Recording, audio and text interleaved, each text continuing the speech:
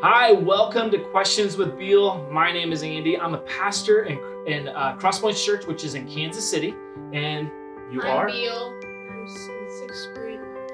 12 years old. Awesome. That is so good. So, Beale, you like to ask lots of questions. Yeah. Okay. And some of the questions that you ask are usually about like what subjects? A lot of times. The Bible. Okay. So, as a parent, I don't always know the answer. And so we're going to do kind of this, we'll see how many of these we do. We're just going to take some questions, and some of these are your questions.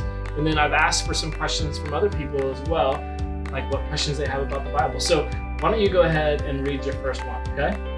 Why did Judas kill himself? And I think one of my thoughts is maybe it's the Holy Spirit. Really? Okay, so you think the Holy Spirit maybe led Judas to regret his decision. Okay. That I agree with. That. And do you think it led him all the way to killing himself?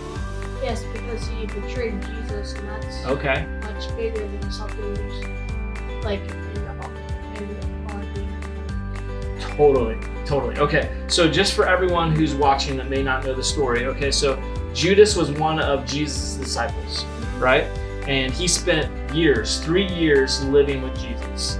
And he betrayed Jesus. He gave Jesus over to the bad guys, the Pharisees in the story.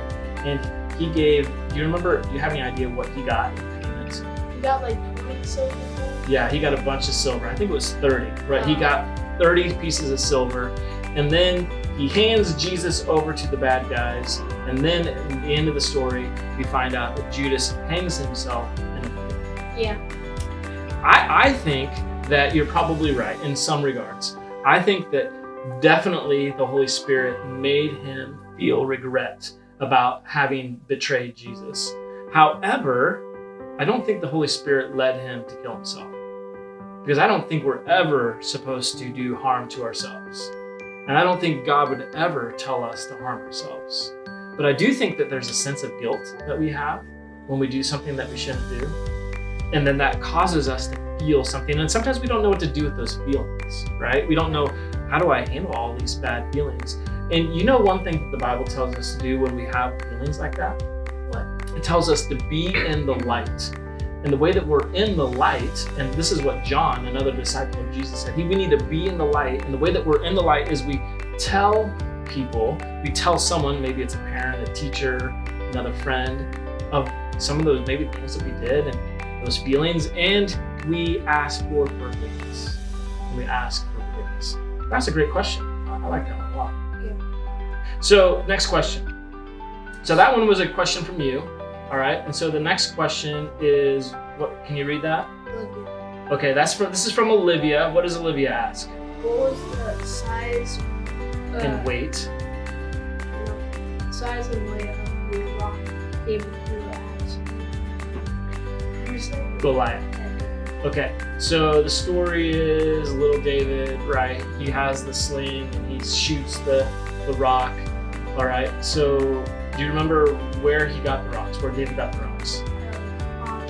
Yeah, a creek, right? He got them out of a creek, right? Do you think you know what size they might have been? Probably like this small. Maybe smaller, yeah.